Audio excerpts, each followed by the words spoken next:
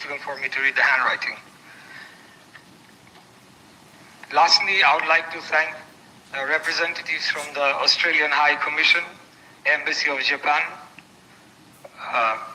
Iran, China, Palestine, Germany, Switzerland, and British High Commission to have answered to our invitation today and participating in this roundtable seminar where we hope to learn from each other a lot more. At this point, I would like to introduce the team that was basically formed by our acting chairman a few months back, and he gave us some special objectives, is to engage with different stakeholders, different foreign nationals living in Bangladesh, potential investors and current investors in the country. Because as you know, we are transitioning through a difficult period of time headed towards democracy. So from our team, we have the senior most member, Barrister Nasiruddin Oshim. He is also the International Affairs Secretary of BNP Central Committee. We have Barrister Kaiser Kamal. He is a Law Affairs Secretary of BNP Central Committee. We have Barrister Mir Helaluddin. He's an organizing secretary from Chittagong Division. We have Mahdi Amin. He's obviously, as you all might know, he's advisor to our acting chairman, Mr. Tariq Rahman. We have Mr. Tabit Awal, member of Executive Committee BNP, plus he has a lot of other titles. He's currently the president of Bangladesh Football Federation and so on. And then you have me, Engineer Ishraq Hussain. I'm a special assistant to the chairperson's Foreign Affairs Advisory Committee. Then we have Advocate Farzana Sharmin Putul, special assistant to the chairperson's Foreign Affairs Advisory Committee. And we have Israfil Khosru, special assistant to the chairperson's Foreign Affairs Advisory Committee. At this point, I would like to invite Mr. Mahdi Amin to come give his keynote speech. Thank you.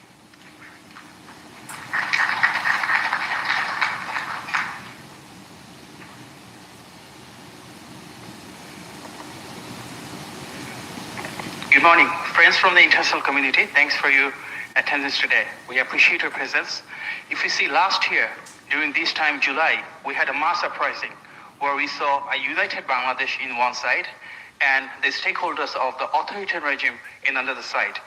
People from all classes, professions, ideologies, political or non-political stakeholders all came together to build a Bangladesh where we'll rise from the destruction of democracy and form a democratic government, and we get rid of an authoritarian regime who were clinging to power, whose power stemmed not from the people, but from the state apparatus, police, law enforcement agencies, judiciary, bureaucracy, and election commission.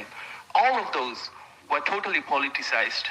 So the aspiration of July was to build a Bangladesh where the country will be run by true representatives, a government that truly works for the people, and where we see public mandate in policies, in politics, where we see accountability, where there will be transparency to ensure fairness, equality, justice, and good governance. BNP understands this and values it as the largest political party that if we want to take the country forward, we have to reform how the country had been run. We have to reform how the politics was conducted. We have to reform how the policies were formulated.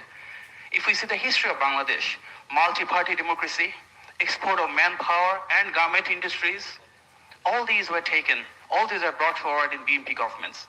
The very fundamental essence of caretaker government, how the country should be formulated through youth empowerment for different ministries for the youth and for women's empowerment through different ministries for the women and children. All these were done in previous BNP governments under President Ziaur Rahman and Prime Minister Begum Khaleda Zia.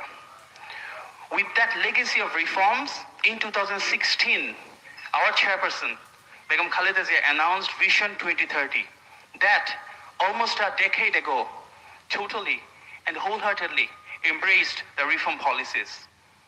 In 2023, our acting chairman, Mr. Tareq Rahman, announced 31-point charter based on a common consensus of all pro-democracy stakeholders. We take a pride that most of the discussions that surround reform policies, whether it's bicameral legislature, whether it's term of the Prime Minister, the checks and balances, the power distribution between the Prime Minister, President, the executive judiciary, all these were detailed, chalked out in our 31-point reform plan.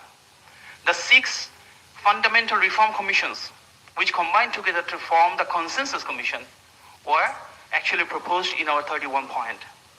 We all want to build a country where we'll thrive with a rules-based society, where there will be checks and balances, the judiciary will be truly independent, and we'll be working together to restore human rights, to protect the rule of law, to ensure freedom of expression for all, and to give free press. If we see the policies of Tareq Rahman, our acting chairman, over the last 1 year, he has repeatedly called for a country which will thrive with tolerance and cohesion. We rise or fall as one nation where the interest of the country will be the first priority.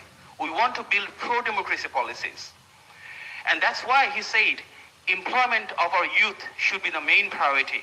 He has repeatedly emphasized on a technical and vocational education system where we will be upskilling and capacity enhancement for our youth. He has announced of introduction of multiple language, the globally valued languages, which will convert our youth to the global citizens. The employment-oriented education and training system will make sure that our youth are prepared for their empowerment, for their employment, and for their entrepreneurship. The family card that we have discussed is part of women's empowerment process where every individual, whether it's housewife or a professional, the lady, the mother of the family, will receive state-sponsored, the state benefit, 5 main products in their household. The state will deliver it to them every month. And that benefit will come in the form of rice, lentil, sugar, salt, and 5 main ingredients. We have discussed about farmer's card for all farmers, where we will categorize them based on small, medium, and big, and give them targeted incentives and loan facilities. So every farmer in the country will come to a database, and the state will provide them targeted policies for their empowerment and economic opportunities. We have policies for cottage, micro, small and medium enterprises. How are we going to give them collateral-free loans? How are we going to give them the ecosystem where we provide them the logistical support? The product, the people, we need to bridge them. We need to ensure the market process is streamlined. We give them more training and the market access they need to have, not domestically, but also for international market with the infrastructural support and IT system. We have a policy to enhance the foreign direct investment in the country. So we have to reduce the number of touch points, get rid of the red tape as much as possible through good governance, and the dividend repatriation must be much more easier. We have policies to modernize the bankruptcy laws, policies for merger, acquisition, liquidation, new policies to modernize and upgrade the intellectual property rights, and asset protection for physical and virtual assets. The banking system that has been dismantled over 15 years must be fixed with aggressive policies. We need to upgrade the debt recovery system and reform the audit and tax policies that can serve the true interest of our people. Our vision is to lead the country through export-oriented growth. We have to diversify the product in garment industry. We have to explore the new markets. And our vision is to have an additional sphere of new zoning in various industries that includes agro-processing, light engineering, footwear, ICT. And for that, we have to streamline our economic zones and industry clusters with targeted benefits, policies, and taxes. We have a plan to have product-wise zoning and develop the ecosystem across districts and divisions where we value the inherent strengths of products that they have long been producing. Towards that direction, We will be streamlining the raw materials, workforce, infrastructure, and logistics in the grassroots level. The Bangladesh that we now foresee is the one where we will be thriving with deregulation, economic liberalization, and public-private partnership. The spirit of this new Bangladesh will be one where we'll be ensuring the empowerment of the people from every background. And towards the journey, we believe a free, fair, and credible elections, which will lead to an accountable and transparent government with a public mandate, will truly ensure good governance, rule of law, human rights, and inclusive development for all. And towards that endeavor, we need your support. We need a Bangladesh that globally integrated, that works closely with our development partners, and that values a rules-based society for our democratic aspirations. Thank you very much. Thank you again for your presence.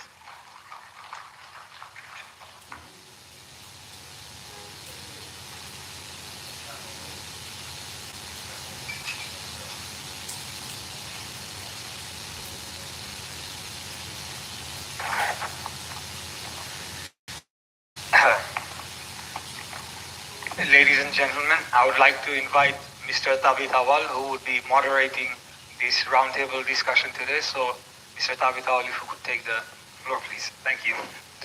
Thank you. Thank you, everyone, for being here today and this morning. We are well on our way in this discussions, but I would just remind everybody that this is actually a roundtable, and we would like to make it as interactive as possible. So at the duration of any moment, if you have any questions, please let me know, and we can entertain and answer questions in real time. And we strongly encourage you and welcome you to make comments or suggestions, if any, and that too during the time whenever you feel comfortable or you're willing to make a comment, or if you see clarification, I will call upon you or get you the mic as soon as possible. At this point, we would like to start with our first guest speaker of the morning. He's a renowned economist and a professor, Mr. Rashid Titumir, professor of Dhaka University. Right after his speech, sir has another engagement for the PhD students, so he will be leaving us. But before that, I will seek a few minutes of his time in case you have any questions or comments in regards to his presentation and speeches. Mr. Titumir, please start. Thank you.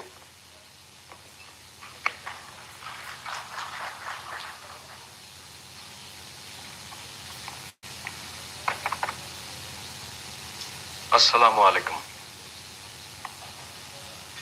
A very good morning. It's indeed a pleasure to speak before you on a topic that really is very important for the current departure of Bangladesh economy. And we need to start from a background. Where are we now? We were told many narratives. Now we are witnessing how those narratives have become mirage. And we have seen in recent days the aftermath of the fallen regime that are living below the poverty line.